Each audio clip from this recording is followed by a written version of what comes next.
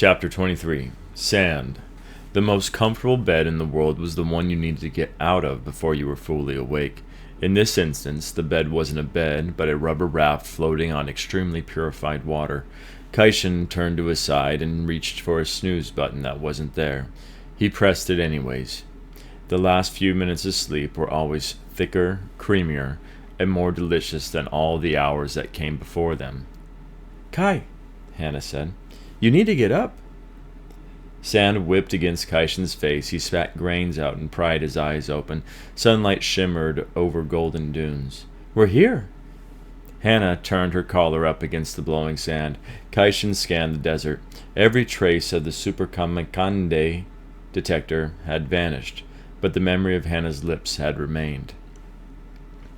Understanding how he felt about the kiss was easy. Hannah was an intelligent, beautiful woman, and Kaishin did not deny being attracted to her, but finding words to describe what he felt about her was proving to be more difficult. She was the moon in the water, close enough to touch, yet beyond reach. "Where is here?" "The end of your song," Hannah said. "I can see why you couldn't use water to travel to this place. Please tell me that the museum isn't far." "It isn't," Hannah said. "This is the Kyoko Hagabutsukan. We are standing on it. We need to purchase tickets so that we can go inside." "Is this the part where you fish something out of the magical bag of yours?" "I wish I could, but the only currency the museum accepts is time." "And how exactly are we supposed to pay with time?" "We spend and waste time every day. This is no different. The price of a ticket is a little more than a few seconds, but they need to be precious ones." "Precious? Does that mean that I have to give up a happy memory?" "Not a happy one, a mistake. It will be stored in the museum's archives." Hannah grabbed a fistful of sand. She straightened and unclenched her fingers, letting the wind snatch the grains from her palm. "As these are." Kaishin gaped at the endless ocean of sand. "All of this is time? Moments from other people's lives?" Hannah nodded. "But what does the museum want with our mistakes? This is the Museum of Education. How else are its visitors supposed to learn if not from other people's mistakes? Some lessons are bigger than others, but all are grains of wisdom." "Should I be worried that what you're saying makes perfect sense to me?" Kaishin said. "So how do we do this? How and where do we pay for our tickets?" "The ticket clerk should be here soon." A swirling column of sand rose a few feet from where Kaishin and Hannah stood, twisting and morphing until it took a shape that resembled a woman's body. Arms, legs, tail, the face of a fox.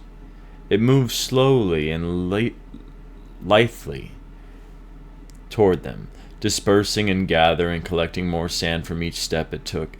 It stopped a foot from Hannah, growing to twice her height. Hannah and Kaishin bowed to it. It bowed back.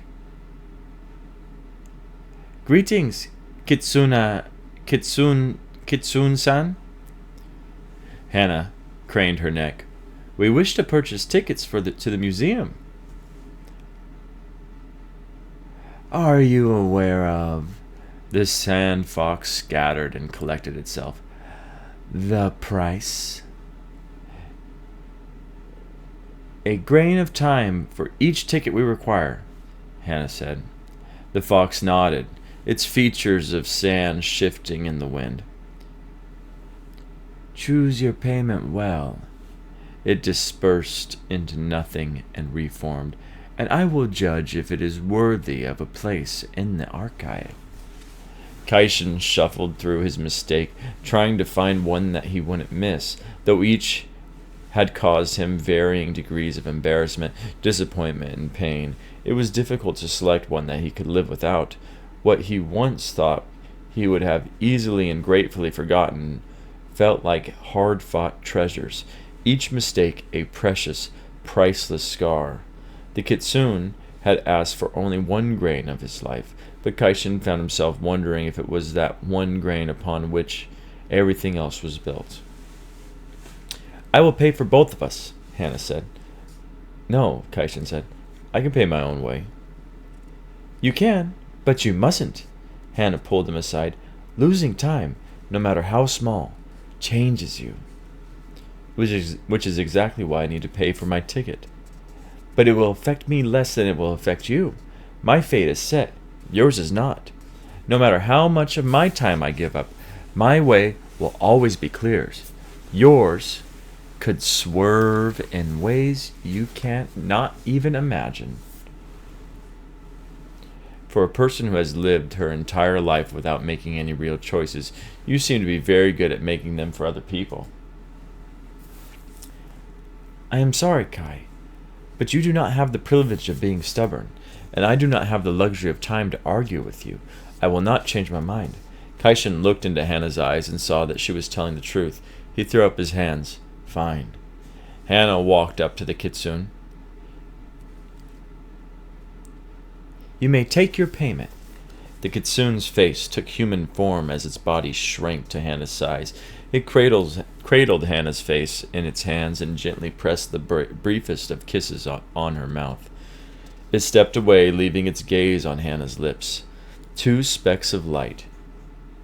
Each no bigger than a grain of sand, drifted from Hannah's half-parted lips and floated in the air. The kitsune took a deep breath, drawing the light into its mouth. A warm glow pulsed in its chest and spread throughout every grain in its body. The kitsune nodded solemnly at Hannah and, without uttering a word, scattered in every direction. 2 gold keys appeared in its place. Hannah picked up the keys and handed one to Kaishin. Did it hurt? Kaishin asked softly, taking a key from her. Do you feel any different? No, Hannah said. Are you sure? As certain as anyone who has no memory of what they gave up can be. The time I paid to the kitsune is gone, erased from my life and my mind. It is as if those moments never happened. If I have changed, I would not be able to tell you what has changed or why. Kaishin planted his hands on his hips, lowered his head, and sighed. You are still upset with me, Hannah said. I don't have any right to be. And yet you are still angry. No. Kaishin shook his head, his shoulders heavy. I'm not. It's just that I came on this trip to help you, and all I seem to be doing is making things more difficult. You are not. The wind tousled Hannah's hair. But if you want to leave, Kaishin tucked wayward strands of Hannah's hair behind her ear. I don't. Kaishin followed Hannah's instructions and drew a door in the sand with her fingertip. He rolled his eyes and groaned at his crooked sketch. I'm horrible at this. Can we compute the velocity of this desert's wind instead? All that matters is that you fit through it. Hannah stuck her key into her drawing. Just do what I do, she said, twisting the key in the sand. Kaishin did the same. Their doors shimmered. The wind picked up, stirring the sand. Hannah shielded her face with her coat. Try not to breathe. Don't worry. This will be quick. A gust of wind blew in their direction, carrying away the sand from their sketches. Sand stung Kaishin's eyes. He held his breath and braced himself. The wind howled in his ears, and just as swiftly as it started, grew quiet. Hannah shook the sand from her hair. The doors are open. Kaishin glanced down. 2 bottomless holes in the shape of the door they had drawn replaced their sketches. Kaishin leaned over them and grimaced. Let me guess. We're supposed to jump in, right? Hannah smiled at him over her shoulder, leapt into the hole, and disappeared into the dark.